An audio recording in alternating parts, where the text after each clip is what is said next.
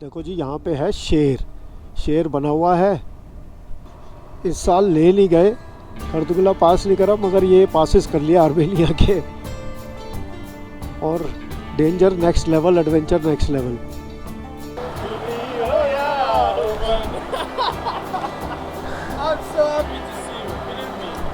तो यार $100 चेंज कराए हैं और मेरे को तो समझ ही नहीं आ रहा है, इतने सारे पैसे मेरे हाथ में आ गए हैं। 47 लाख तो मान। तो उससे हेल्प मांग के 2 लीटर पेट्रोल लिया है अंकित की बाइक में डालने के लिए, क्योंकि 30 किलोमीटर चलेगी अंकित की बाइक और अभी 80 किलोमीटर का सफ़र बाकी है। अब इनसे पूछ रहे हैं कहीं सोने का इंतज़ाम, क्योंकि आगे 13 किलोमीटर बाद बर्फ़ है बहुत ज़्यादा।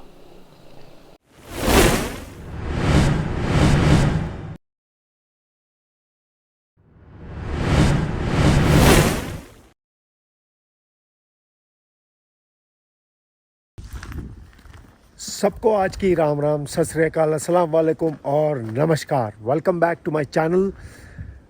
आशा करता हूँ आप सब लोग ठीक होंगे। और आप जैसा कि बोर्ड देख रही हैं कि हर्षनाथ ज़ोर इको रिजॉर्ट्स में हम हैं। कल हमको नॉर्दूस बॉर्डर, जो कि आर्मेनिया ईरान का बॉर्डर है, वो क्रॉस कर लेना चाहिए था, लेकिन पिछले व्लॉग में जाके देखिए कि कैसा एडवेंचर था हमारे सामने। बर्फ़, आंधी, तूफ़ान, स्नोफॉल और गुज़रते हुए स्पीड से ट्रक बर्फ़ फेंकते हुए। अंकित को पाँव में शूज़ के अंदर से बर्फ़ चली गई और उसको काफ़ी ठंड लग रही थी, तो हमने ये फ़ैसला करा कि हमको रुक जाना चाहिए। और जो पहला विलेज आया हमने वहाँ आशियाना ढूंढा और लकीली हमको बहुत अच्छा ठहरने का एक रिज़ॉर्ट मिल गया। अभी यहाँ से नॉर्दूस बॉर्डर जो है 140 किलोमीटर है। कल का सफ़र हमारा 395 किलोमीटर का था, जिसमें से हम 260 किलोमीटर ही कवर कर सके। अभी भी नॉर्दूस बॉर्डर, जो आर्मेनिया ईरान का बॉर्डर है, 140 किलोमीटर दूर है यहाँ से और टोटल पहाड़ है। और उसके आगे तब्रेज़ और 145 किलोमीटर है। तो आज का सफ़र भी जो है 285 किलोमीटर का है और वो भी सारा पहाड़ों में से ही है। तो आज भी हमको 8-9 घंटे की राइड करनी है और बॉर्डर क्रॉसिंग भी है। और ईरान का बॉर्डर जो है वो थोड़ा समय लगाएगा, क्योंकि वहाँ पर सब चीज़ स्कैन होती है, सारा सामान स्कैन होता है और चेकिंग अच्छी तरह से होती है। और पहली बार हमारा कारने भी यूज़ होगा, क्योंकि ईरान कारने मांगता है। तो चलो सफ़र शुरू करते हैं और आज देखते हैं आज हमारे को रास्ता क्या क्या अड़चने लाता है, क्या क्या एडवेंचर दिखाता है। और रिज़ॉर्ट ये बहुत ही प्यारा है। यहाँ हट्स बनी हुई हैं, कुछ राउंड शेप, कुछ हटनुमा शेप। और 9 बज गए हैं सुबह के, चलते हैं। अब हमारा ब्रेकफास्ट इंक्लूडेड है, तो ब्रेकफास्ट करते हैं और फिर आज का सफ़र शुरू करते हैं। हट्स काफ़ी बनी हुई हैं। हम जब आए थे यहाँ 5-5:15 बजे, तब अकेले हम ही थे, लेकिन उसके बाद 7-7:30 बजे के करीब एक बस, 2 कार्स भी आ गई हैं। और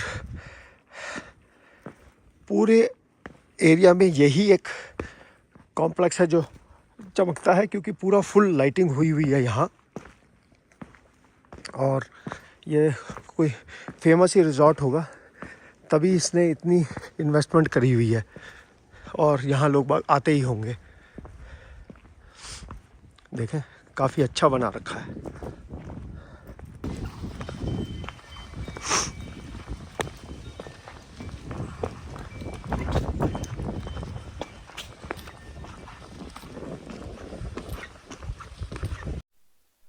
तो जी एक और नया दिन शुरू और नया सफ़र शुरू करते हैं। आज धूप आ गई है, तो लेट्स सी हमारा सफ़र आज का शायद कंफर्टेबल रहे। आगे क्या आने वाला है हमको बिल्कुल कुछ नहीं पता। कैसे पहाड़ आएंगे, बर्फ़ आएगा नहीं आएगा, तो सफ़र करते हैं और पता चलाते हैं कि आगे क्या।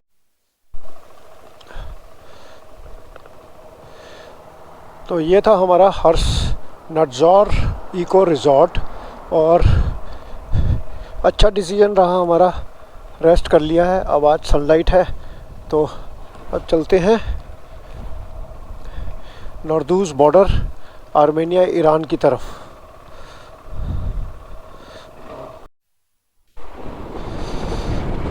कल का दिन भी याद रहेगा जीवन में, राइडिंग हिस्ट्री का बड़ा यादगार दिन है मेरे लिए। और हवा कल रात से इतनी तेज़ चल रही है, करीब 48 किलोमीटर्स पर आवर की स्पीड से वेदर बता रहा था। और कंटिन्यूस नहीं चल रही है, सडनली झोंका आएगा 30 सेकंड के लिए बड़ा तेज। ये आराम है कि अभी राइड जब शुरू करी है तो सन निकला हुआ है और एक झलक दिखी थी, वो देखो स्नो पीक्स की। बस उन स्नो पीक्स में जाना ना हो।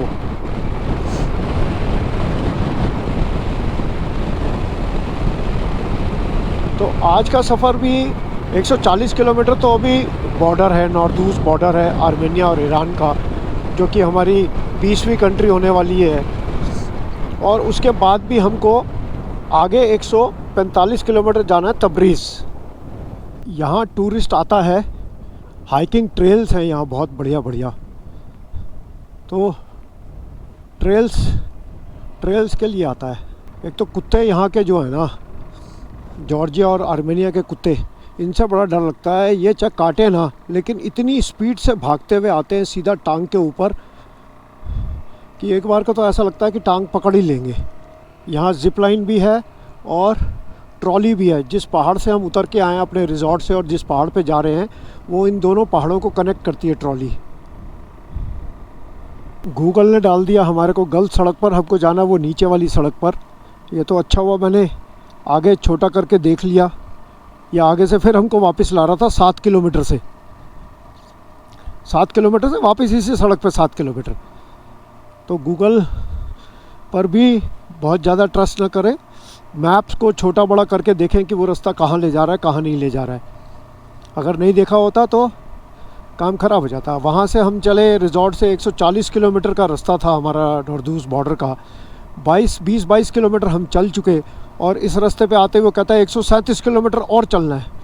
तो वो थोड़ा डाउट होता है ना। तो अब दिखा रहा देखो 121 किलोमीटर जाना है। सामने बर्फ़ देख के डर लगता है भाई। अब चलो आज तो मौसम अच्छा है, क्लियर है, तो डरने की बात नहीं है। बट लेकिन अभी कुछ नहीं पता है हमको 120 किलोमीटर में क्या क्रॉस करना है, क्या नहीं करना है। हमको बर्फ़ मिलेगी नहीं मिलेगी, लेकिन सफ़र तो तय करना ही करना है। राही चलता चल बस चल। वो देखो सामने झंडा, उससे अंदाज़ा लग रहा होगा आपको कि हवा कितनी तेज़ है। बहुत तेज़ हवा है यार, बहुत तेज़ हवा है। और यहाँ आर्मेनिया में रशिया आर्मी ने अपना काफ़ी होल्ड बना रखा है। और ये कोई पुराना गांव होगा, छोड़ छाड़ के चले गए लगता है, खाली पड़ा है ये।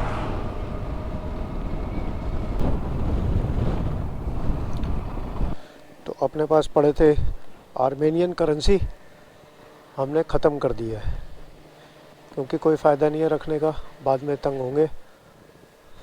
2300 पड़े थे, डलवा दिए। 4.5 लीटर पेट्रोल आ गया, 4.25 लीटर।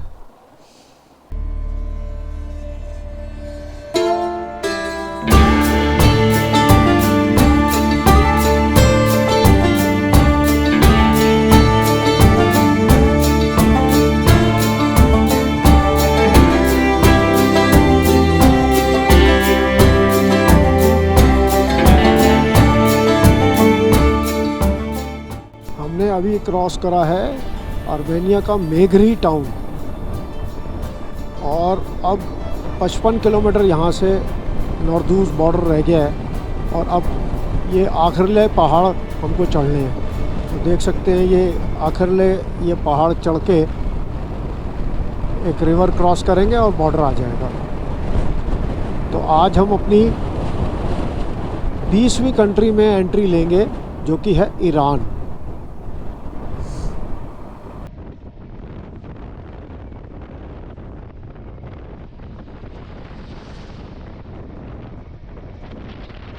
बर्फीली पहाड़ियाँ आ गई हैं और थोड़ा सा संभल के चलना पड़ेगा। जहाँ भी शेड होगा वहाँ ब्लैक आइस हो सकती है। देखो धूप वाले पोर्शन में तो ब्लैक आइस का मतलब नहीं, सूख गई है। देखो सड़क बिल्कुल सूखी दिख रही है, लेकिन जहाँ शेड होगा ना वहाँ ब्लैक आइस हो सकती है। ठंड तो मैंने बताया ही आपको है। अभी तक तो सड़क सूखी है। ऊपर देखते हैं पास के ऊपर जाके क्या पोजीशन है।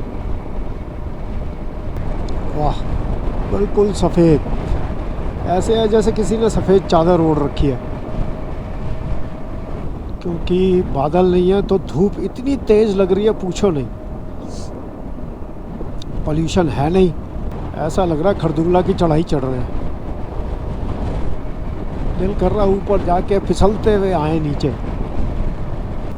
इस सड़क पे पूरे पे बर्फ़ होगी कल, क्योंकि देखो अभी तक गीली है, इतनी धूप के बावजूद पिघली नहीं है। वो उधर लेफ्ट पे छांव में आइस की परत है। क्योंकि ब्लैक आइस की परत जो है ना वो पता चलती ही नहीं बिल्कुल भी। ऐसा लगेगा कि कुछ नहीं है और अचानक से बाइक आपकी स्लिप हो जाएगी। बिल्कुल ट्रांसपेरेंट लेयर होती है, एक पतली सी। सारी बर्फ़ थी, आज तेज़ धूप की वजह से पिघल गई है ये। और ये राइट पे जो देख रहे हो बर्फ़ और मट्टी का मिक्सचर है। अच्छी खासी सड़क है नीचे बनी हुई, लेकिन वही है बर्फ़ और मट्टी मिक्स होके। अब ये सोचो अगर मौसम ख़राब होता और इस पे बर्फ़ होती तो ये कैसी स्लिपरी मट्टी होके चलना मुश्किल होता। होए होए होए होए होए, कैसे रिफ्लेक्शन पड़ रही है। अच्छा हुआ कल शाम को नहीं हमने ये क्रॉस करा। कल अगर हम ये रात को क्रॉस करते ये वाला स्ट्रेच तो मुसीबत हो जाती। तो जी ये पास आ गया है। अब पास का नाम क्या है वो पढ़ना पड़ेगा, मगर ये पास है शर्ती है। Welcome to Meghri. और मेघरी तो पीछे विलेज था, टाउन था। मेघरी पास है, यह है मेघरी पास। तो लो जी ये पास भी पास कर लिया हमने। ये देखो ये ट्रक फंस गया है, ये कल रात को फंसा होगा। अब कोई क्रेन या कोई हेल्प आएगी तब ये निकलेगा। ड्राइवर अंदर ही है, बिल्कुल जाके रेलिंग के साथ टच हो गया है। तो देखो रिस्क तो होता ही है, मगर आज माता रानी ने बड़ी कृपा रखी कि आज धूप ले आई है। वो बोली एक दिन तुम्हारे को पूरा एडवेंचर दे दिया, आज मज़े करो। इस साल ले नहीं गए, खरदुंगला पास नहीं करा, मगर ये पासेस कर लिया आर्मेनिया के। और danger next level, adventure next level. मेरी सबको यही सलाह है जो पहली बार या बार बार बर्फ़ पर आ चुका है या आ रहा है, ride and drive with caution. यहाँ तो बिल्कुल एरर का कोई स्कोप नहीं है। आपने ज़रा सी स्पीड बढ़ाई और ब्रेक लगाई, आपकी गाड़ी 360 घूम सकती है, आपकी बाइक स्लिप हो सकती है। इसलिए बेहतर है स्लो चलें, कमांड में चलें, लो गियर में चलें। अगर आपको मान लीजिए स्पीड और कम करनी भी है, ढलान पे हैं, तो गियर डाउन करके ब्रेक के साथ स्पीड कम करें। जैसे मैं सेकंड में चल रहा हूँ, आगे तेज़ ढलान आ जाती है और मैं 30 पे हूँ, तो मैं फर्स्ट गियर डालूँगा, साथ में हल्की सी रेयर ब्रेक लगाऊँगा। और फ्रंट ब्रेक बहुत कम, ना के बराबर लगानी है या लगानी ही नहीं है, क्योंकि फ्रंट ब्रेक लगाई और आप ज़मीन पे बर्फ़ चाटते हुए मिलेंगे। देखो जी यहाँ पे है शेर बना हुआ है। ये है अरेविक नेशनल पार्क। ढलान है, कीचड़ है, पता नहीं है इसके अंदर बर्फ़ है कि नहीं है, बिल्कुल कुछ नहीं पता है।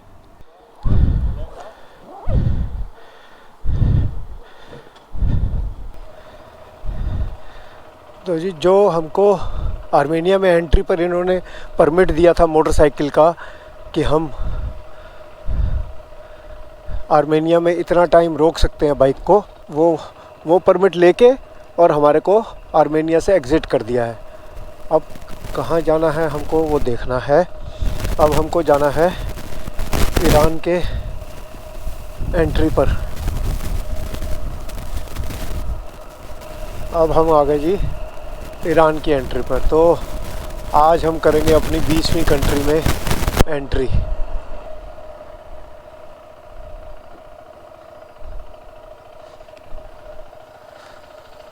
यहाँ तो कोई बैठा नहीं है। देर तो जी यहाँ एंट्री होके डॉक्यूमेंट्स की एंट्री हुई, फ़ोटो खींची और हमारी आर्मेनिया से एग्ज़िट की स्टैंप लग गई है। तो ऑफिशियली अब हम अपनी कंट्री नंबर 19 से बाहर आ गए हैं और जा रहे हैं अपनी कंट्री नंबर 20वीं की तरफ, जो कि है ईरान। लो जी,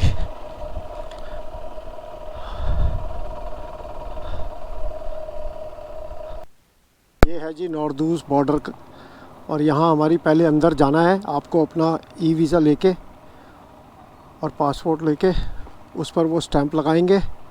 स्टैंप लगा के फिर वो आप बाइक अंदर ले जा सकते हो। अब अंदर स्कैनिंग होगी।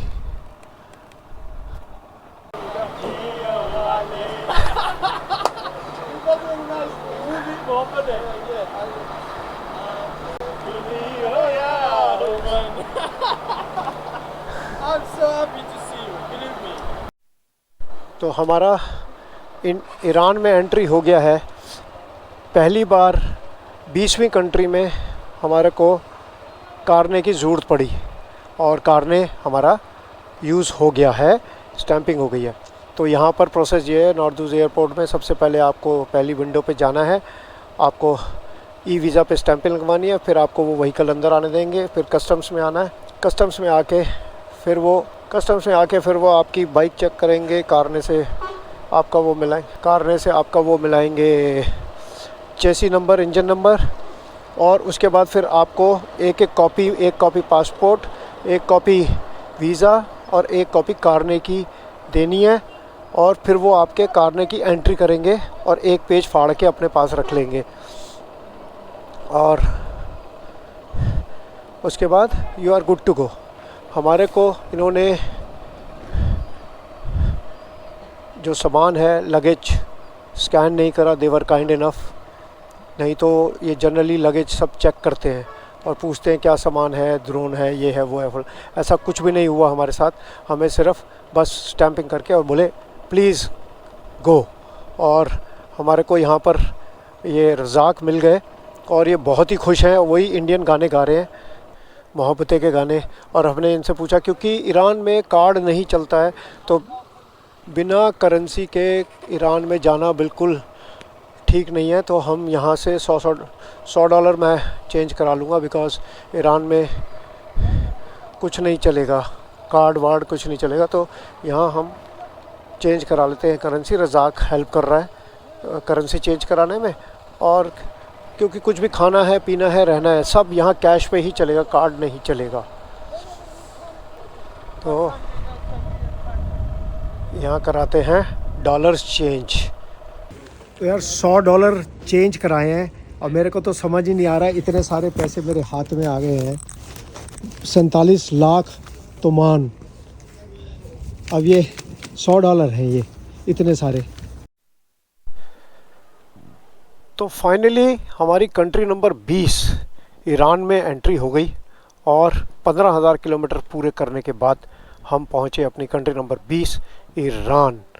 और हमें अभी यहाँ ईरान के कस्टम्स और इमिग्रेशन वाले एरिया में बस अब निकलते हैं यहाँ से तबरेज़ के लिए। तबरेज़ अभी 3 घंटे का रास्ता दिखा रहा है यहाँ से, 136 किलोमीटर और 7:15 बजे पहुँचा दिखा रहा है। तो चलते हैं। Welcome to Iran. तो लो जी, हमारी बाइक चल रही है इस समय ईरान में।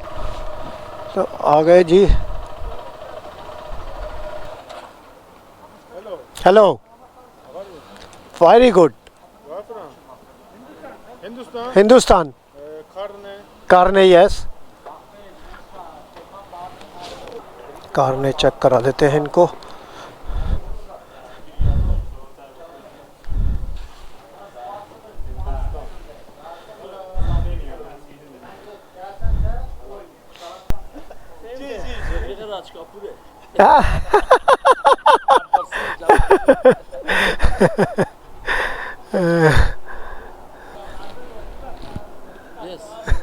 राज कपूर।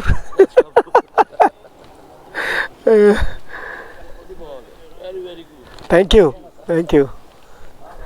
तो हमारा कारने चेक हो गया और अब हम इस गेट से अंदर जाएंगे और ईरान में हमारी हो गई ऑफिशियल एंट्री फाइनली।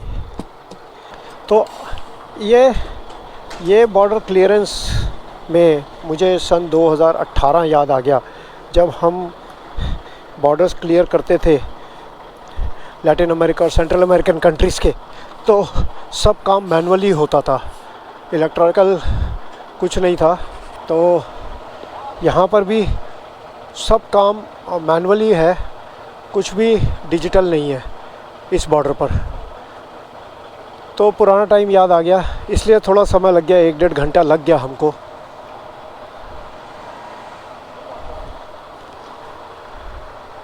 लो जी, हमारी ऑफिशियल एंट्री ईरान में फाइनली हो गई जी। बल्ले बल्ले। तो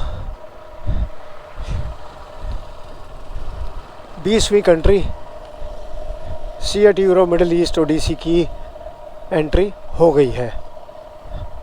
ईरान का बोर्ड कहीं दिख नहीं रहा, तो बोर्ड नहीं दिख रहा तो फ़ोटो कैसे खींचेगी, तो इसलिए चलते हैं कहीं और दिखाएंगे।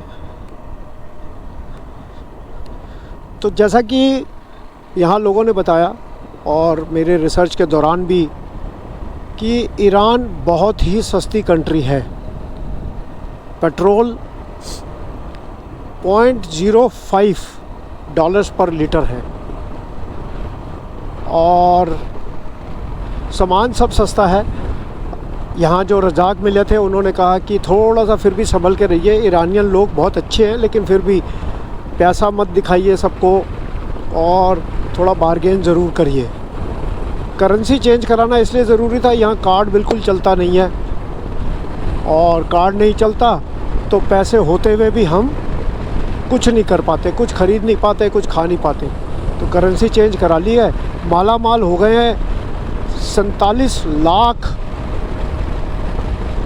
ईरानियन करेंसी, 47 लाख तुम्हार $100 में हमको मिले हैं। अब यहाँ से सफ़र तबरीज़ का है 136 किलोमीटर और 2 घंटे 51 मिनट दिखा रहा है। 7:30 बजे पहुँचा दिखा रहा है, तो अभी पेट्रोल भी डलवाएंगे, थोड़ा और लेट हो ही जाएंगे। ये आउटस्कर्ट्स ऑफ ईरान है, इसलिए थोड़ा ऐसा लग रहा है। ईरान वैसे बहुत खूबसूरत देश है, लोग इसमें वाकई में ही बहुत अच्छे हैं, क्योंकि प्रीवियस इंस्टेंसेस हैं जहाँ जो बाइकर्स हैं उनको, इंडियन बाइकर अभी योगेश गए थे, तो लोग बाग रोक के उनको अपने घर भी लेकर गए। तो Iranian people are very good people. Iran में आने के बाद ऐसी फीलिंग आ रही है कि जैसे बस ऑलमोस्ट घर के पास ही आ गए। ऐसा लग रहा है कि बस अब घर तो पास में ही है। और एक बार हम दुबई पहुंच गए, फिर तो ऐसा है कि बस 2 घंटे में घर, 2 घंटे में दुबई। पहले मेरा प्रोग्राम था 26 तारीख को, मेरी पोती 2 साल की हो रही है 26 नवंबर को, तो एक पार्टी रखी है। तो मेरा प्रोग्राम था कि मैं 25 तक हम दुबई पहुंच जाएंगे, और दुबई पहुंच के मैं 1 दिन के लिए फ़्लाइट लूँगा, 26 की सुबह फ़्लाइट लेके फंक्शन अटेंड करके 26 की रात को दुबई आ जाऊँगा, आगे राइड कंटिन्यू करेंगे। मगर हम लेट हो गए तो ऐसा हो ना सका। अब फंक्शन होगा लेकिन हम ना होंगे। ये वीरान पहाड़ और 2 मोटरसाइकिलिस्ट चले जा रहे हैं और कोई है ही नहीं आसपास। और थोड़ी देर में सूरज ढलने वाला है, 4:45 हो चुके हैं। लो जी, यहाँ भी बर्फ़ दिख गई है। ओहो, कितनी स्टीप ढलान है। ये क्या सड़क बनाया है।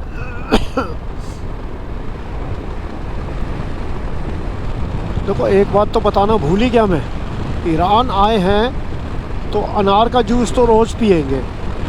ईरान में अनार बेहद होता है, बेहद। तो ईरान आए हैं तो सेहत तो बना के जाएंगे।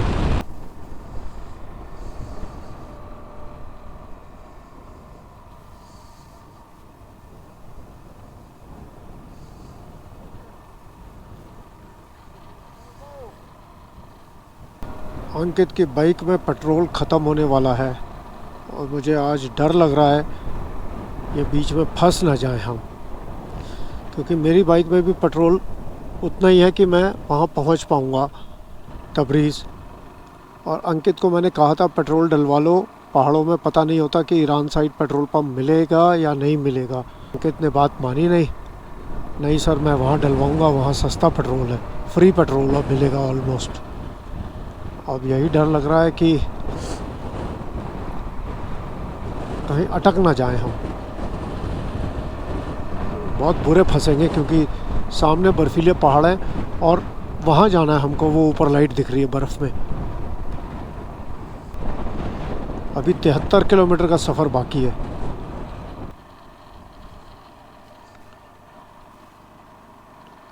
कोई शहर आया तो है, देखें पेट्रोल पंप मिल जाए तो सबसे पहले पेट्रोल डलवाया जाए। अगर बर्फ़ है तो नहीं, बहुत हो गया। अगर बर्फ़ हो गई है, बर्फ़ है तो नहीं जाना है। नहीं, बर्फ हो भी तब भी अवॉइड करना चाहिए आगे। अगर यहाँ मिल जाता है तो बेटर टाइम हो चुका है। रोड पे कुछ भी जमा, क्योंकि बर्फ है ना, पाला हो सकता है। जब वो कह रहा है कि बर्फ़ है, बाइक नो, तो फिर ज़बरदस्ती मरने थोड़ी ना जाना है। तो उससे हेल्प मांग के 2 लीटर पेट्रोल लिया है अंकित की बाइक में डालने के लिए, क्योंकि 30 ही किलोमीटर चलेगी अंकित की बाइक और अभी 80 किलोमीटर का सफ़र बाकी है। ताकि ये लोग इतने वो हैं कि ये नहीं लेंगे, और उसने वाकई में पेट्रोल के पैसे नहीं लिए। अब इनसे पूछ रहे हैं कहीं सोने का इंतज़ाम, क्योंकि आगे 13 किलोमीटर बाद बर्फ़ है बहुत ज़्यादा। तो अभी जिन सज्जन से पेट्रोल लिया है उन्हीं को रिक्वेस्ट कर रहा है, वो पहले, क्योंकि यहाँ इंटरनेट नहीं है, वो पहले हमको कहीं पीछे गांव भेज रहे थे, पीछे कहीं रास्ते में गांव नहीं दिखा था। तो मैंने इसी को रिक्वेस्ट करके बोला है कि भाई यहीं कहीं कुछ सुला दो, चाहे किसी के घर में सुला दो। तो ये फिर अब लेके जा रहा है। अब देखते हैं कहाँ किसके घर में सोएंगे, कैसे करेंगे। मेरा मानना ये है कि हेल्प मांगने से हेल्प मिलती है, बिना मांगे तो कुछ नहीं मिलता। तो अब देखते हैं ये क्या किसके घर में ठहराएंगे, कुछ तो होगा बहरहाल। क्योंकि बाहर ये देखो, यहाँ पर भी बर्फ़ है, क्योंकि बाहर तो हालत बहुत ख़राब है। इस समय 6 बजने वाले हैं और ठंड ऐसी हो रही है कि पूछो नहीं। तो ये अपने घर ही ले आए हैं शायद। देखो यहाँ भी बर्फ़ पड़ी हुई है, तो आगे जाने का तो कोई मतलब ही नहीं था।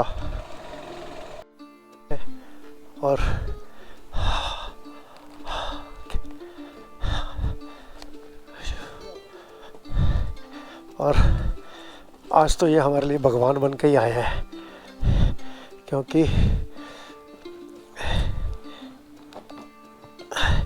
नहीं तो हमने मर जाना था। तो हम निकले थे आज तबरेज़ जाने के लिए और अभी 70 किलोमीटर का सफ़र बाकी है। अंकित की बाइक में पेट्रोल ख़त्म हो रहा था और पेट्रोल पंप कहीं नहीं दिखा। रास्ते में एक सज्जन मेरे को गाड़ी में बैठे दिखे, मैंने उनसे, इनको हमारी भाषा नहीं समझ आ रही, हमको इनकी पुश्तो नहीं समझ आ रही और इंटरनेट नहीं है यहाँ, तो इनको किसी तरह समझाया। इन्होंने पहले पेट्रोल मंगाया, 4 लीटर बोला, मैंने कहा ला दो। अंकित ने कहा नहीं मैं 2 ही लूँगा। तो मैंने कहा अंकित ये पैसे नहीं लेंगे, और इन्होंने वाकई में ही पैसे नहीं लिए।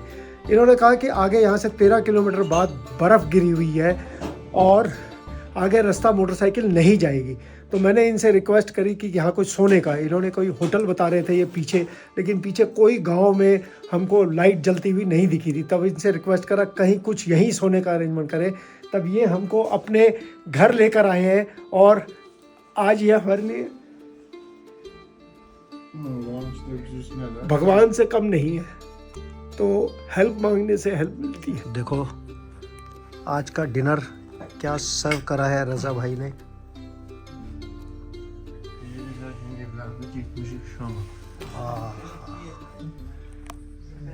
तो आज भोजन रजा भाई ने करा दिया, भर पेट आसरा दे दिया, बिस्तरा भी दे दिया, और क्या चाहिए जीने के लिए। तो रजा भाई थैंक यू सो मच।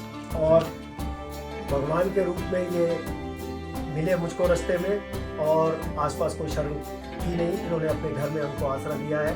और भगवान इनको और इनके परिवार को बहुत तरक्की दे, शांति दे। और आज का व्लॉग यहीं ख़त्म करते हैं।